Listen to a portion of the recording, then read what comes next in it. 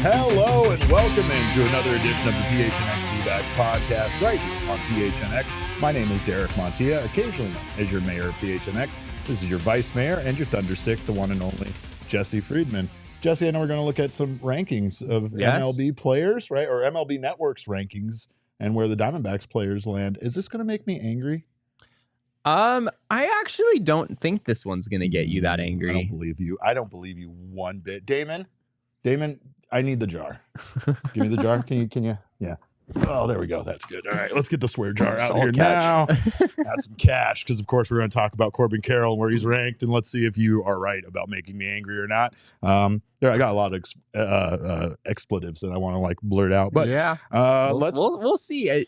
I think the fact that the Diamondbacks were just in the World Series had an impact in lists like these. I'm seeing Diamondbacks players higher than I feel like I would have had the team not gotten so much national attention. Yeah, just the exposure and seeing them and now knowing who they are. The Arizona is just guilty of that. We tend to have some good players. You know, we suffered through the Paul Goldschmidt years where we all knew how magical he was, but it felt like it took a while for the rest of the baseball world to kind of catch on with him. Yeah. But, Corbin Carroll, of course, is our favorite son, and we want to see how he stacks up. Let's take a look at where the MLB Network ranked Corbin Carroll amongst MLB right fielders. 4th overall. Wow, you were right. I am not mad about that. I mean, I am not going to yell curse words about that. That's pretty good, actually. It is pretty good. Ronald Acuna, they have number 1. Kyle Tucker, number 2. Juan Soto, number 3. And then it's Carroll. And then Fernando Tatis, they have at number 5. Then it's Seiya Suzuki, George Springer, Teoscar Hernandez, Adolis Garcia, and then Josh Lowe rounding out the list. So, yeah. Is that the best top 5 of any position in baseball?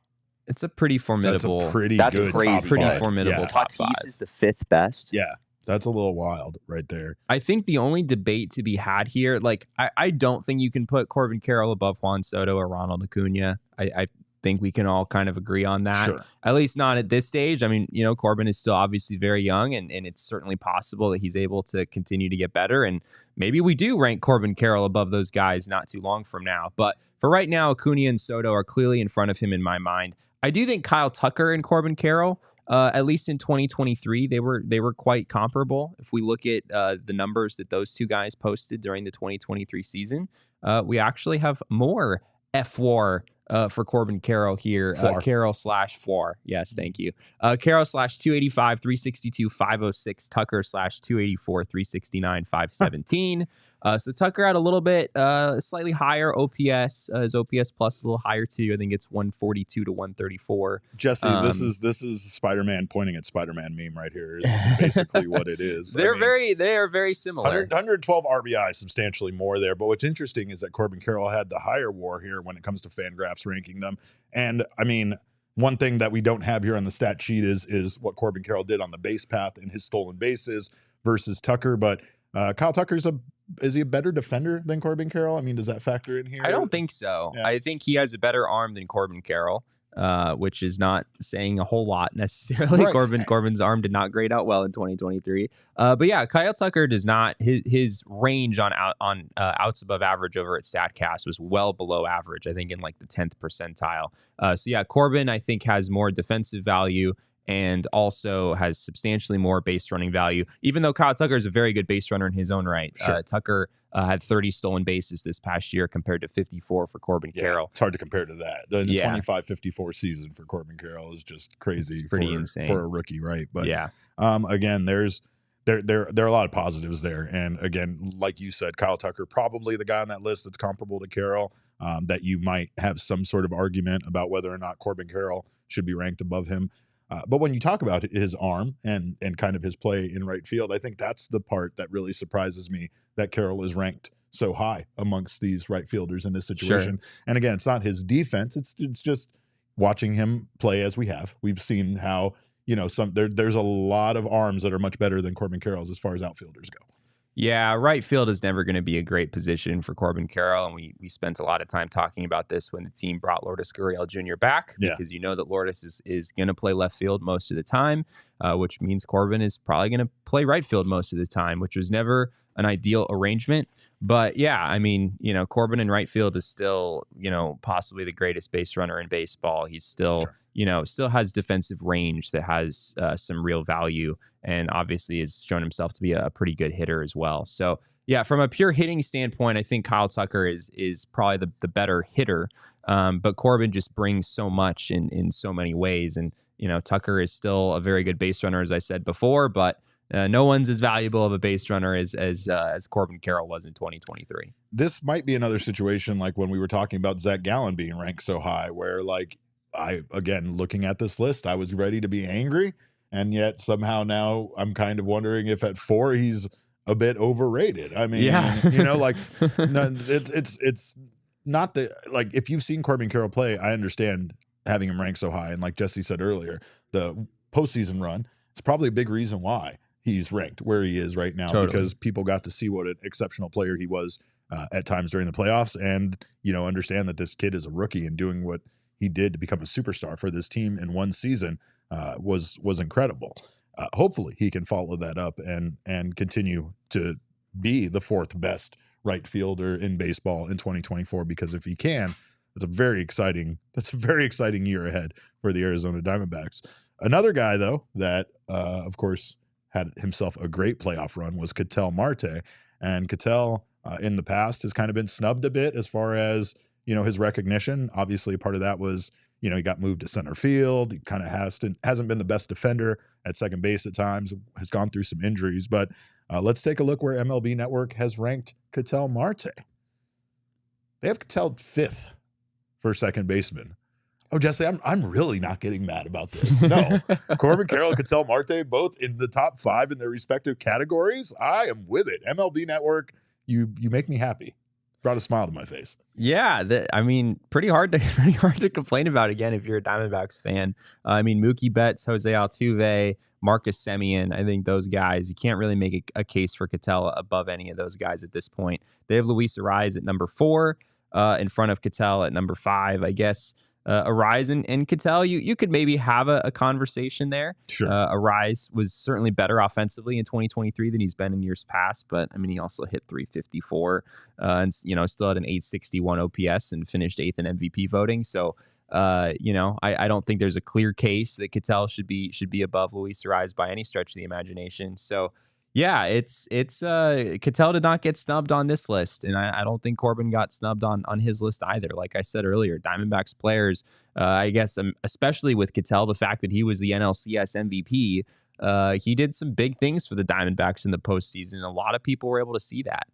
Yeah, and fans also feel that same way, because we also have here the fan list for their top second baseman, and Ketel Marte doesn't move too much. He's still there at 7th, which again, that doesn't upset me, because again, Ketel isn't really a household name that many people, know of and think of when they think of the best second baseman in the league, but had a chance to prove that he was not only a great second baseman, but most importantly, an offensive force, with setting that record in the playoffs last year.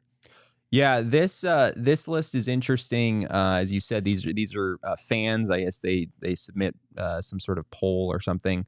Of course, Bryson Stott snuck in. Yeah, there. So they have 2 guys who snuck in ahead of Ketel, in addition to who was there before. Ozzie Albies comes in at number 4 on this list. And then Bryson Stott at number 6. Ozzie Albies we'll get to in a second. I actually think that's a really interesting comparison. It was egregious to me that Ozzie Albies was left off the official MLB Network list. I don't know how that happened.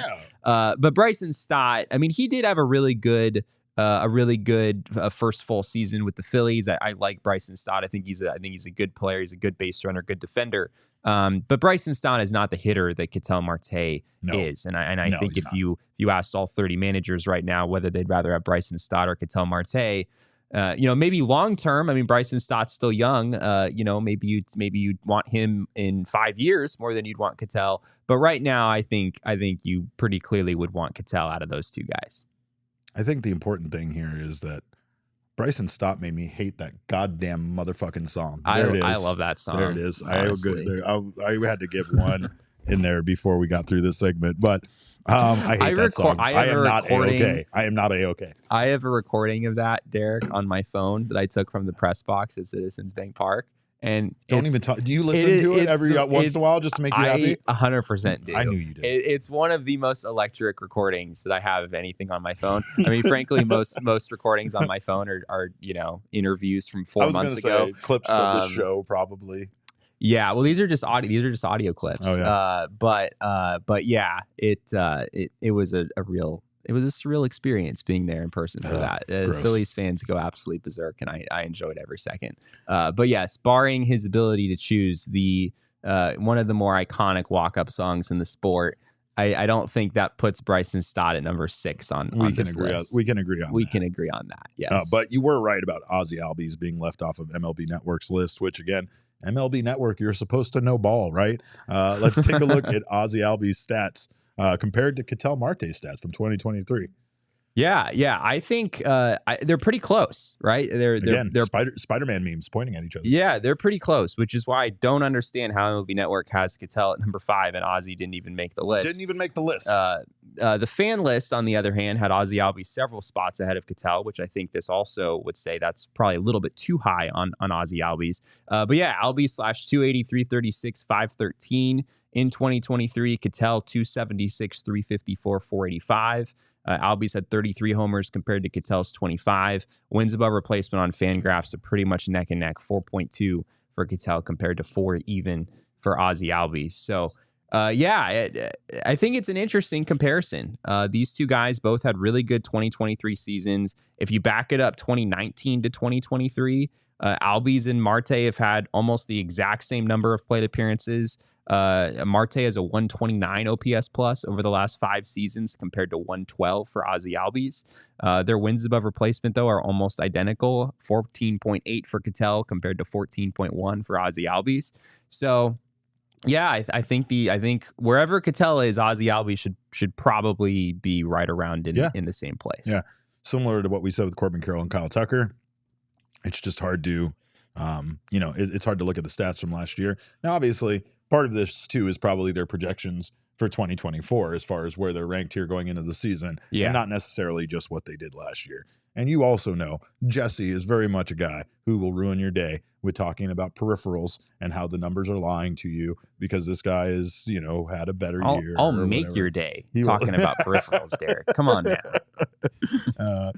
But of course, that actually made my day very much because I'm excited to I was expecting to rage, and I've been trying not to rage as much. And putting Diamondbacks in the top 5 of Major League Baseball positions definitely helps me not rage, of course. But do you remember, just real quick, I think when we started this show, right, it was late 2021. Ketel was hurt for a significant portion of the 2021 season, but his numbers were really good. Yep. And then coming into 2022, I remember looking at these lists, and I remember Ketel being like second, or was he first? There was a time where he might have been first. I Yeah. remember having a conversation on this show entering the 2022 season when the Diamondbacks had reached like their lowest point in franchise history. And we were talking about MLB Network claiming that Ketel Marte was like the best second baseman in baseball. And I mean, he absolutely had, he had a good 2021 season. He was good when healthy, but he also, hadn't been quite as good in 2020. And it just seemed a little bit bullish at the time. It did. So yeah, it's crazy that for as low as the Diamondbacks were at that point, they somehow were still, Ketel Marte was still getting respect back then. Well, if you are not a PHNX diehard yet, I have some tantalizing information that may make you change that, because we are going to be having some exclusive diehard content here coming to our Discord lounge, including tonight at 7 p.m. I will be holding the first ever PHNX City Council meeting. I am. I'm going to solve your problems because as a mayor, that's what I'm supposed to do, right? I'm supposed to fix problems. So come tonight, bring your biggest problems that you have in life, and let my terrible advice fix everything for you. But there's all sorts of fun stuff like that that's coming to our Die Hard channel, including our new game show called Squeeze Play, where we're going to have 3 of you as contestants. And there might be a PHNX Locker shirt on the line for the winner of those episodes of that show. So if you haven't signed up yet, make sure to sign up today over at gophnx.com. You'll get all of our content. You get all of Jesse's exclusive content. You get access, again, to the Discord lounge. You get a free shirt upon signing up from the PHNX Locker and so much more, including discounts with our partners and discounts on our events like our takeover of Chase Field that will be happening in July, where we will all be out at the pool. I will be in my finest swimwear, and Jesse will be lifeguarding, of course, because that's what he does out there. So make sure not to miss out on that.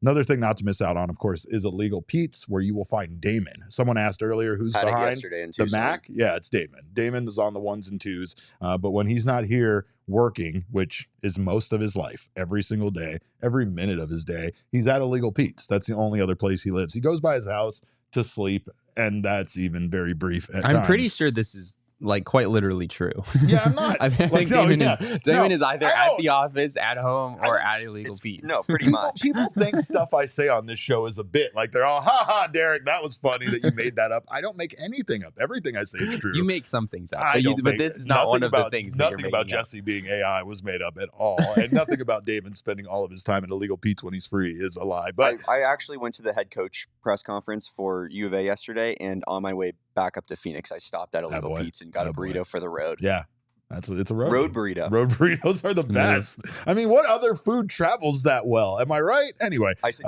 give me one of those bowls. Yeah, so I can, like, if anything slops, and they gave me one, and it was perfect. And I was just sitting there in my car. It was just a great drive pro up. move. Yeah, that's a pro move right there. But you can figure out your own pro moves at Illegal Pete's, including the reverse nachos, which, by the way, I still have to try. Have not tried, but considering Sean would not stop talking about them, check out the reverse nachos and everything else Illegal Pete's has to offer, including the strongest margaritas in Arizona. You can check out their full menu of bowls, tacos, salads, burritos, and more. And you can ring in the new year with Illegal Pete's weekly deals. Kick the Monday blues with $3 margaritas all day long, or ease your way back into the week with $2 tacos every Tuesday. I think Elise said yesterday that she got the $2 tacos. Again, it's the best deal that you can get in town on tacos. If you work in healthcare or education, you can take your team to lunch at Illegal Pete's every Tuesday and enjoy buy one, get one free entrees. And don't forget to unwind after a long day at their happy hour, 3 p.m. to 8 p.m. Illegal Pete's, your go-to spot for burritos, buddies, and beer. No road margaritas. No road margaritas. You're right, Karen. No road margaritas are allowed, but a big ski to you all. Glad you guys are here. Of course, someone else earlier asked if I had my OGs for the day. I have not had my OGs today. I can feel my weed wearing off, and it's not great. But OGs has launched 2 new products made with live rosin and Rick Simpson oil for you to check out. They're OGs Natural and the Big OGs. I'm not going to defend the Big OGs anymore, or at least my usage of it, right? The Big OGs is 100 milligram single OG. Now, is it perforated? Yes. Is it one single gummy? Yes, that's also true. So you can take from there how you want to use it, whether you want to perforate it or eat it as one piece. But if you're a vegan, you can also check out their OG's Naturals, which is a vegan gummy made with live rosin and available in a sweet clementine flavor. So do not miss out on everything OG's has to offer. To learn more about OG's gummies and where you can find them, head on over to ogsbrands.com. Well, we do know that the Arizona Diamondbacks have the current reigning National League Rookie of the Year. There's no doubt about that. It's Corbin Carroll. Give him his crown, give him his scepter. But could the Diamondbacks potentially have back-to-back National League Rookies of the Year?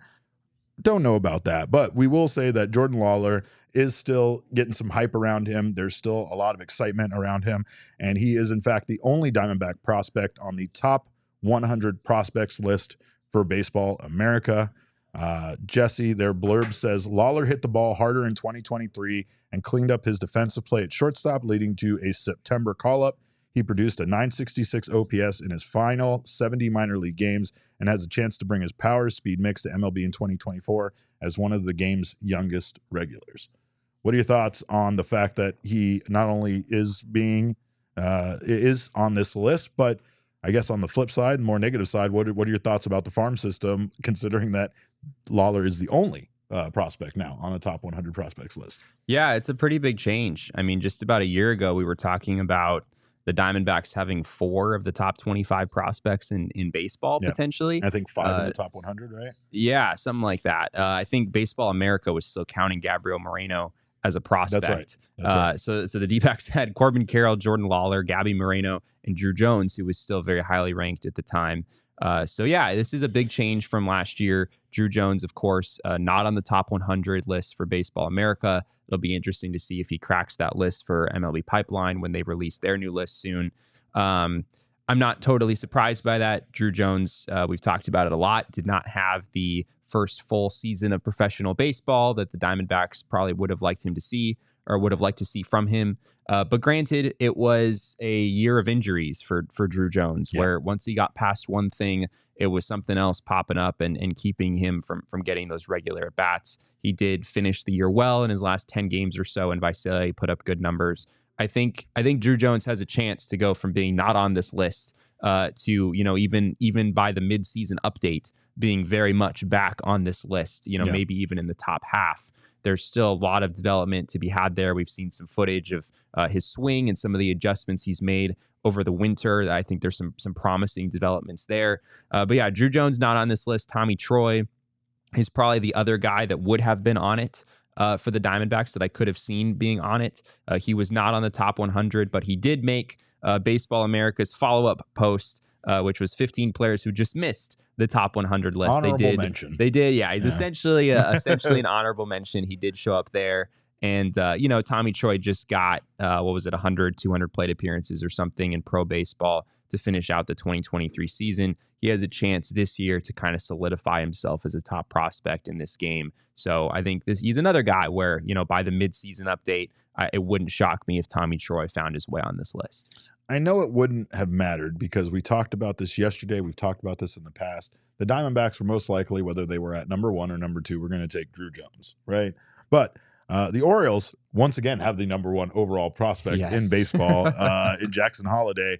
And that will be, if I'm not mistaken, three consecutive, I don't know how to do numbers, 3 consecutive years with them all being having the number 1 overall prospect. And now I have Bo Brock over here staring at me, making fun faces. He's peeking around the corner because he loves the Orioles. He's going to hang a banner for he's going to hang a banner for having the most top prospects in baseball. It's going to be so exciting. But yeah, I mean, obviously, the big thing here that we are looking for, we're seeking, is can Jordan Lawlar follow in Corbin Carroll's footsteps in regards. Now, Corbin Carroll didn't have he didn't set the world on fire when he was called up, but in his 32 games, he was pretty damn good. He was right? Good, yeah. And I feel like that's kind of a big difference here between Lawlar and Carroll. And once again, Carroll kind of changing our expectations of, the leap a young man can make after getting that September late call up and then coming up the next year and having that impact on Major League Baseball. But again, looking at Corbin Carroll's 32 games, he slashed .260, .330 with a .500 slugging percentage and .830 OPS, 4 home runs, 14 RBI.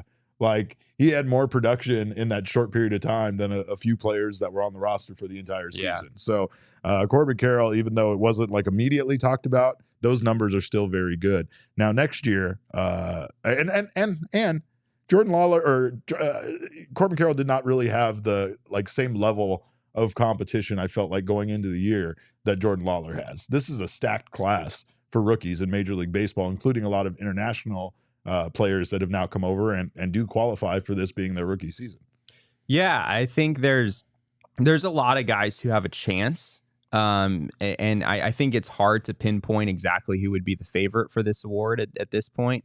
I guess Yamamoto is the most obvious answer there. He does have the best odds in Vegas for sure. Yeah, there's some sort of Vegas odds floating around that we saw. They had Yamamoto number 1, Jung-Hoo Lee of the Giants number 2, Noelvi Marte of the Cincinnati Reds 3, Jackson Chourio 4, Shota Imanaga 5, P. Crow Armstrong 6, and then Jordan Lawlar at number 7. Yeah. So yeah, I guess Yamamoto has to be viewed as kind of the favorite at this point. I know some people are a little bit hesitant to give their vote to a player, who's pitched internationally for as long as someone like Yamamoto has. Yeah. He's not exactly a rookie in the purest sense, but we did see Kodai Senga get a decent amount of support this past year, even though he didn't win the award. Pitchers often don't win the award. I think it would have to be very clear that Yamamoto was the front runner, was the rightful winner in order for him to actually get it. Sure. But that seems totally possible. I mean, if he comes out and throws 180 innings with a 3 ERA or something,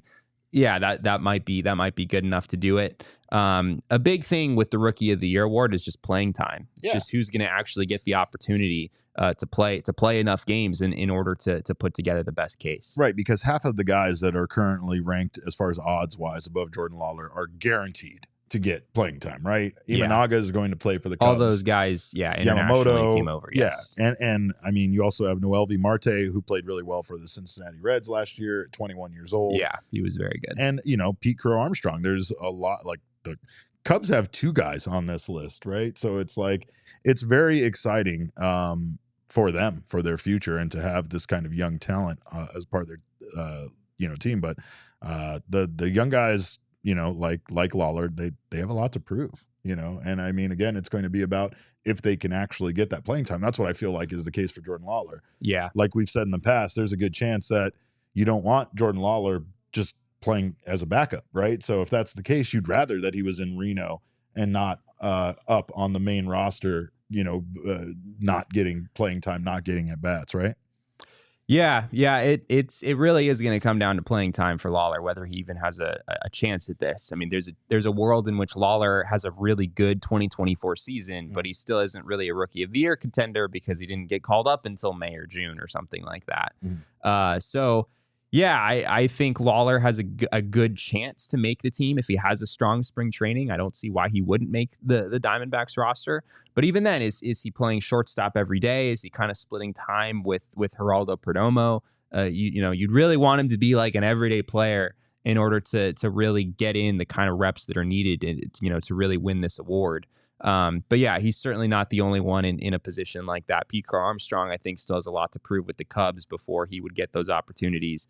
Jackson Chourio has yet to play in the majors over with the Milwaukee Brewers. Of course, they just gave him a massive extension. I think he's certainly a contender here as well. But yeah, there's kind of the well-established guys, who are just signed internationally. And then there's some young guys who are not all that well-established at this point. So yeah, Lawlar certainly has a chance if the Diamondbacks want to put themselves in position to get that draft pick like they did with Corbin Carroll this past year. They would have to call him up to the majors within about 2 weeks of opening day. So he'd either have to make the team straight up, or they'd have to call him up pretty soon. That would allow him to qualify for the prospect promotion incentive, which would get the Diamondbacks that draft pick. And you'd certainly hate to have Jordan Lawlar win the Rookie of the Year and not come away with the very lucrative draft pick that can come from that. That's a great point. A draft pick that the Diamondbacks did in fact win thanks to Corbin Carroll coming up in next year's draft. So that's exciting. Of course. Well, this year's draft. Or this year's draft. You know what I mean? Next year, this year. I mean, the draft's so stupid. It comes in the middle of this season. I hate it. But anyway, we do appreciate you guys being here right now on the PHNX Sports YouTube channel. Of course, if you haven't subscribed to the channel yet, make sure to do so now. Sign up for notifications. That way you don't miss when any of our shows go live. Drop us a like. We appreciate that. We appreciate Gabby. We appreciate his purple hair. We also appreciate our listeners. So if you're listening on the audio podcasting side, make sure you're subscribed there as well. We always appreciate those 5-star reviews. They definitely help us out quite a bit.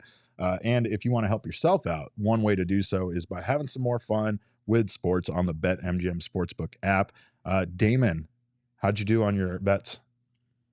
I didn't do a bet show yesterday.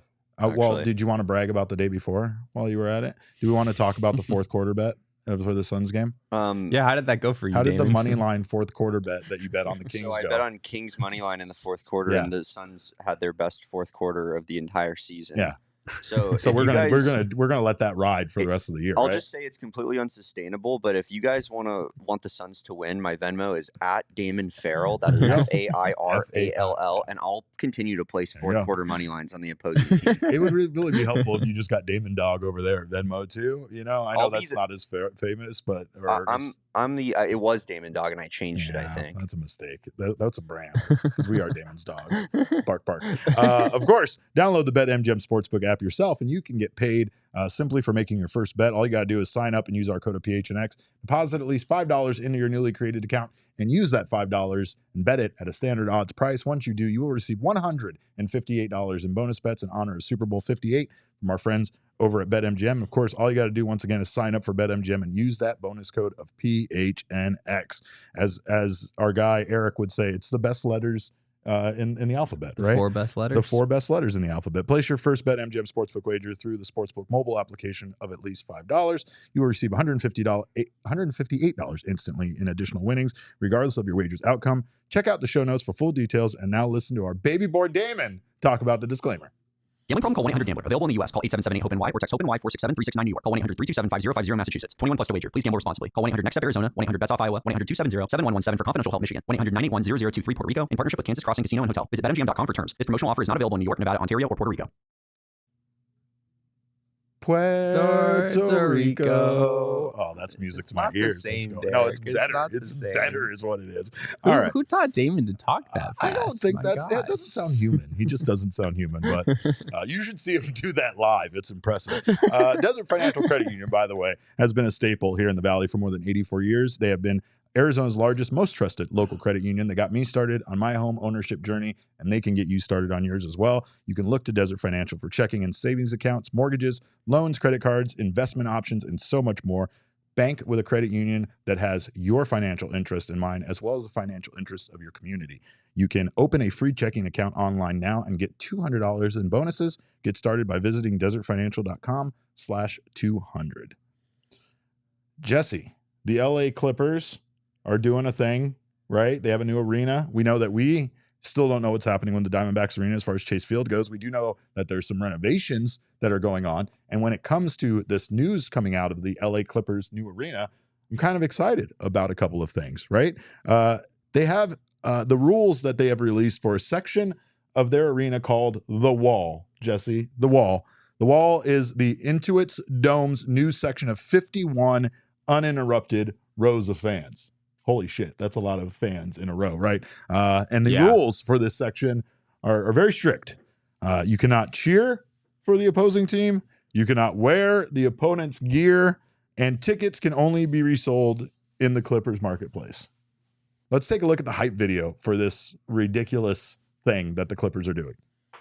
I don't have that yet. I'll grab it right now. I'm sorry. Oh, I'm sorry. I didn't know you didn't have it. All right. Well, don't apologize. That's on me. We'll get it to you, but it's very aggressive. Very aggressive. Jesse likes the promo. He thinks it's very cool. I think they did a pretty good job. I don't think of the LA Clippers as being a team that has like this crazy loyal fan base. True.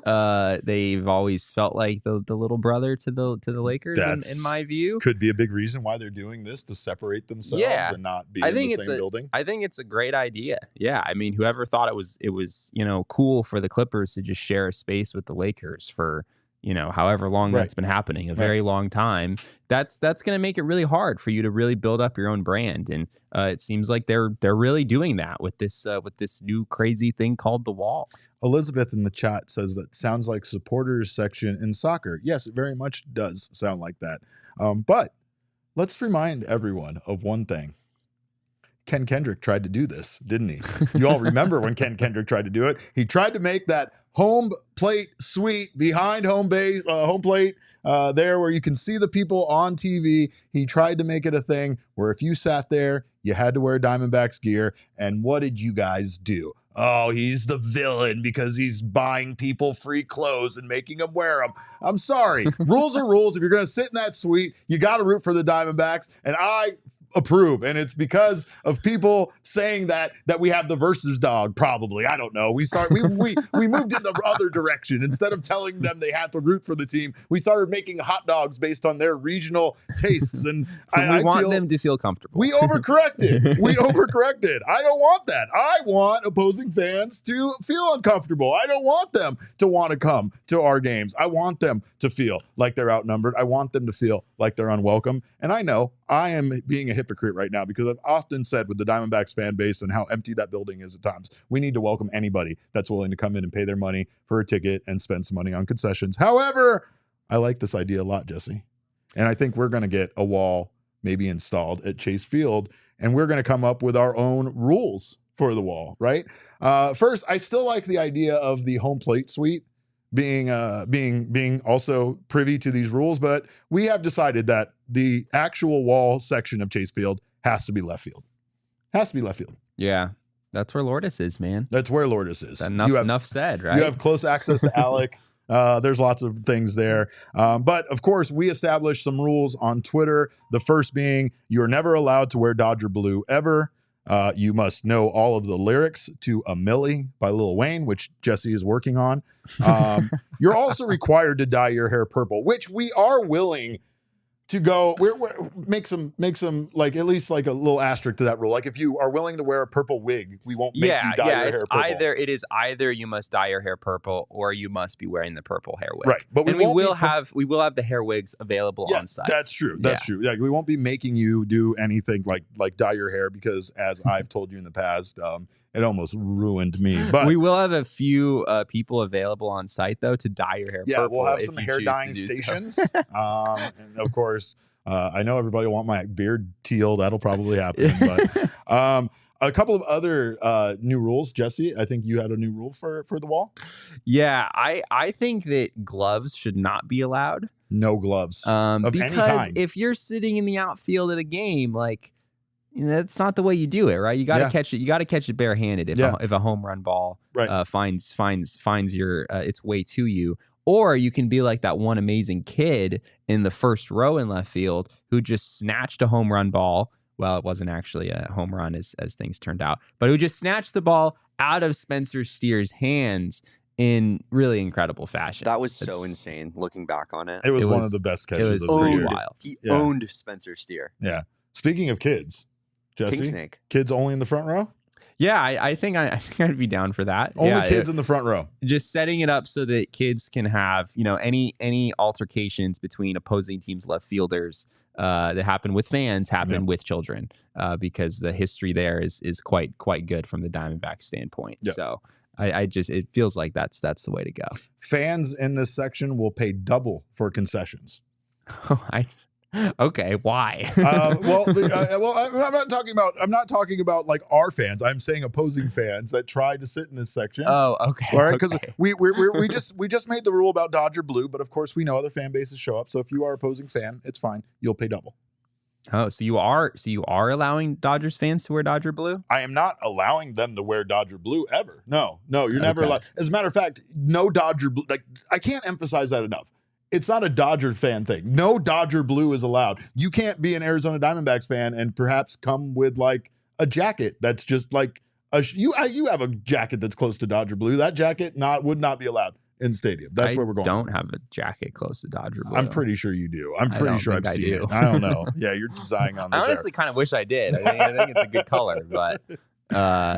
Also, we're getting everybody the Taylor Swift wristbands thing so that we can make the crowd area say stuff like beat LA, and screw the Dodgers and stuff like that. There you go. We'll also play Taylor Swift music in that section, much to his begrudge. I feel like the wall concept, I don't know if it works quite as well in a baseball stadium because Chase Field is just huge. And sometimes there are like little factions of fans that will develop. Yep. But if you're not immediately around them, you often can't really even hear what they're saying, or like you can't really tell what's happening. So this idea is better tailored to a more intimate environment like an NBA arena. But nonetheless, I guess we just maybe have to make it bigger. Maybe it's everyone in the outfield. Maybe we include the right field folks as well. Yeah, like there's got to be something going on. There's something about the 51 uninterrupted rows of fans too, right? Like that means that particular section doesn't have like a break for like the concourse and stuff like that, right? It's just straight up.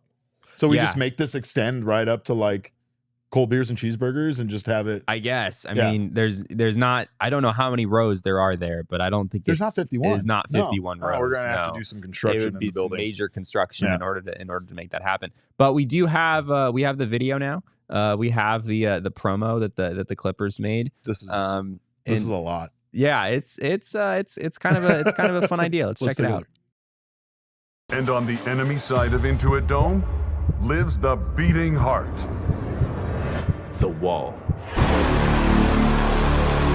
A thundering tower of Clipper fandom. 51 rows high, 4,500 seats deep. Home to the most energetic fans on the planet, who proudly stand, chant, and cheer for the Clips. And where opposing team gear is absolutely not allowed. This is not your typical home court advantage. Clipper Nation, this is our home court advantage. We want the noise, the passion, the love in its loudest forms. Who will be the ones to bring it? Will it be you? Join us in the Wall. It's absurd. It's so good. It's absurd. It's such a good idea. It doesn't look like a real thing. It looks like it's from some sort of post-apocalyptic movie is what it looks like, right? That's fair. It doesn't look like a real thing. And like I think the like again, I'm right now in all my ASU stuff. Can we maybe get the curtain of distraction out there? Yeah, there you go. In left field. I mean, I feel like that's the only thing we can do to combat the wall because that's a lot. That's a lot. And yeah, Gabe's right. How did they find that many Clippers fans? There's no way that 75% They had to of that create them with CGI. That's an AI audience. That's definitely an AI audience. Oh man. I mean, what are like most of them are just Lakers fans that didn't have a game that night, right? Isn't that the way that works? Are they going to travel to this new arena? Elise makes a good point. The angle of the seats at the top looks so high up. Yeah. I would be shaky walking down from the top. Yeah. No. The level of steepness that they're reaching, like near the top of those stands, is a little bit uncomfortable. I can't do that. I can't do it at Chase Field, and it's not nearly as steep as that I mean, looks. the upper deck seats at Chase Field are definitely steeper. Yeah. But yeah, the Diamondbacks would have to do some serious construction in left field in order to get the stands there to look anything like what the Clippers. It's like the stands they'd have to just go like straight up into the air, basically. Imagine that. Imagine like a section that went uninterrupted from the outfield wall all the way up like to section 305. To the rafters. Yeah, to the rafters of the building. That's basically what this would be. I don't know if I see the Diamondbacks doing this, but hey, it's a fun idea. I will say that the Diamondbacks need to try to figure out ways, though, to have more of a home field advantage at times. I don't know what that is. I like Gabriel's idea of let's just get the Mexican banda to play there every game like they do on Hispanic Heritage Nights.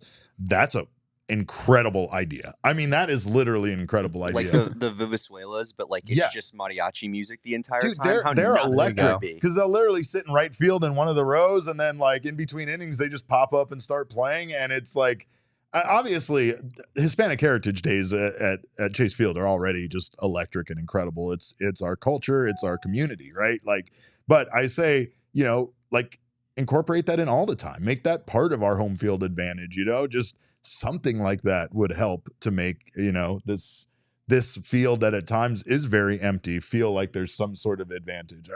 The one thing that the Diamondbacks players asked for so many times last year, and they didn't ask for much, was just fan support. You know what I mean? Which hard in 2024 for fans to be a big part of some sort of home field advantage at Chase Field. Yeah, I mean, and that's something that Zach Gallen wrote about in his story over at the Players Tribune, right? He's really excited about what it'll look like for the Diamondbacks to have the kind of fan support they had in the playoffs, but from the get-go. And I don't know if opening day is going to be quite a World Series caliber atmosphere, but it should be a very spirited atmosphere at Chase Field, unlike any opening day that we've seen in recent years. And hopefully for the Diamondbacks and their players, it's not just opening day. It extends beyond that throughout these first few months of the season as the Diamondbacks try to prove that they are the team that they showed themselves to be at the end of the year. I want to honestly know what's going to happen if you show up in opposing gear. Is there really going to be a security guard whose job is to monitor if people are coming in certain clothes and to throw them out? Yeah, I mean, this goes back to the Diamondbacks story that you told earlier. Right. I look back at some of the reporting that was done at the time. It was very amusing. Back in 2013, there was a day where a crop of Dodgers fans had the suite behind home plate at Chase Field, and of course, it was showing very prominently on the broadcast. I believe Scott Van Slyke was at the plate at the time, so it gives you an idea of how long ago this was. Quite a few. Yeah, Scott Van Slyke at the plate. There's Dodgers fans behind home plate, and the story goes the Diamondbacks owner Ken Kendrick actually went down there himself and was recommending to these people like, hey, I have other sweet options that you can have, but I really want this area reserved for Diamondbacks fans. Yeah. Or at least people wearing Diamondbacks gear. And so I believe they had those people put on Diamondbacks. They didn't want to move. And yeah. Kendrick offered like, hey, can I buy you some, stuff? Yeah. And they took him very, up on it. Very generous offer. Yeah. I mean, it's much nicer than this, right? Like it's much nicer than you're not allowed if you wear that clothes, right? Like sounds like a threat. It really does, right? Like it's a wild thing. And I get it because in today's day and age, especially a team like the Clippers who are trying to form their own fan base and trying to do their own thing in their own arena and make it theirs. Like I get it that you want fan support for your team. It just, again, how practical is this? How logical is this? What's going to happen when people start showing up and you're like, because this became like kind of a bad, a negative hit to his reputation. And to be honest, Ken Kendrick was right, and he's right to do this. It's a bad look for the Diamondbacks to have a bunch of Dodgers fans behind home plate and not showing up on TV for every single pitch. Right. Like that narrative already exists, right? That Chase Field is Dodger Stadium East or whatever. The last thing you need is for that to be so evident on TV, even if it's only a few Dodgers fans. It's obviously not the look that you're going for. But it sounded like that wasn't actually what it appeared to be. I don't think the Diamondbacks forced him to change. It was like some fun interaction with a friend who was joking like, hey, put this on or whatever.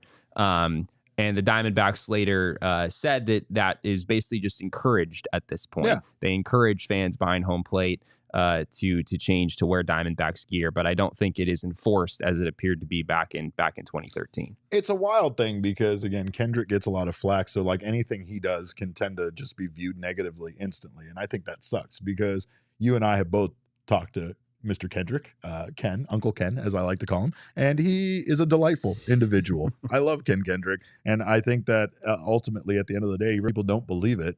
Fully has this team's best interest in mind and is trying to do everything he can to make this team a success. And when it comes to that, I think defending, your ballpark that does get accused of having a ton of opposing fans in it all the time isn't the worst thing in the world. It's just interesting how it was viewed then and how it's viewed now. A lot of people like this thing that the Clippers are doing and are kind of behind it. Like they're like, yeah, if that was my home stadium, I'd want the same thing. And it's like, well, I mean, I guess maybe Kendrick was too nice about it. Maybe him offering to buy clothes, maybe what he needed to do is just, we needed to see him on TV just tossing their asses out of there, right? If we saw Kendrick just laying into some Dodgers fans, like you couldn't hear him because there wasn't a mic there, but you could see him like, rah, rah, rah, rah, rah. And then the Dodgers fan leaves and then Kendrick just alphas the section and he just sits there by himself. Ken Kendrick would have become like a cult hero among Diamondbacks fans. He'd be a legend. Yeah, exactly. So he was too nice. He was too nice is what the thing was. But it would be realistically, it'd be hard for the Diamondbacks ever to enforce a scenario in which people are not allowed to wear opposing fans' gear. Right. That's just the reality. What do you do there? Do you literally kick them out? Like the third, fourth time you kick someone out because they're wearing an opposing team's thing, it's going to become a big deal. And people are going to like go from joking about this hype video and that they would want it to being like, wow, the Clippers are kind of jerks. Like you can't really do that to people that pay their money for a ticket. Again, just like the practical part of things is that the Diamondbacks, there's a lot of these people. There's a lot of people who are coming to Diamondbacks games wearing opposing teams' gear. If you were to, not allow those people into the building, that would be an issue. But yes, if it's one section in the stadium or whatever, there's enough sections at Chase Field where you could do that reasonably, and I guess it wouldn't be too big of an issue. But it seems kind of impossible to enforce to me if they were to actually try to do that. Gabriel has the best idea. He said, get Baxter to personally escort them out. Look, if you've ever stared into Baxter's eyes, it can be unsettling, right? So all I'm saying is Baxter doesn't have to necessarily like strong arm them out. But if he came over very seriously, not in a joking mood, not like, hey, you want to take pictures with me, but just stood there and just stared down some Dodgers fans in that section, they're going to get uncomfortable and leave eventually. They're going to be like, why is this Bobcat still here? And why is his eyes so human-like, right? It's going to be a weird I thing. think that Bobcat has been trying to scare away Dodgers fans pretty unsuccessfully for a very long time. He's too nice about it. He needs to do like a Five Nights at Freddy's thing where he's just creepy as hell and you just think he's going to murder you. But anyway, we do appreciate you guys, of course, being here. You can make sure to get more nonsense like this from us on Twitter. I am at @cap_caveman with a K. Jesse is at Jesse N. Friedman. The people's producer is Damon. Again, still mad that he won't invite me on the boys' trips, but that doesn't change the fact that I am still one of Damon's dogs. Bark. You can get him at Damon Dog. That's DAWG on Twitter. Of course, our show is at PHNX_DBacks, but all roads do lead to at PHNX_sports on Twitter, Instagram, and Facebook. We thank you guys again so much for stopping by. We wouldn't kick any of you guys out, even if you wore opposing gear. Well, I don't know. That's not true. If you show up in opposing gear, Jesse's going to very much kick you out. We wouldn't kick Maria G out, but Maria G's our favorite Dodger fan. But we might kick Mo out. Yeah, Mo's gone. Mo's 86 from this chat. That's for sure. But again, we do appreciate your time. Thank you so much. We'll see you back here tomorrow at 1 p.m. Oh, fun thing. We're going to have our buddy Eric Kratz from Foul Territory joining us tomorrow. So make sure to not miss that. Now, again, that'll be at 1 o'clock. Long time catcher, Eric Kratz. Long time catcher. Fantastic analyst over there at Foul Territory. Fun guy. So catchers just know everything, man. They really do, don't they? You can, I mean, like, I think people like Eric Kratz probably get overlooked because, you look at their hitting stats or whatever from their 10-year career and you're like, this guy wasn't so great offensively. But I mean, no one really knows more about the game of baseball oftentimes than catchers who've been around for a while. So be sure to join us tomorrow. Excited for that. In the meantime, we thank you again. We appreciate you stopping by. And remember, kids, baseball is fun, but it's so much more fun when you treat opposing fans like they don't belong there. We all silly like the mayor.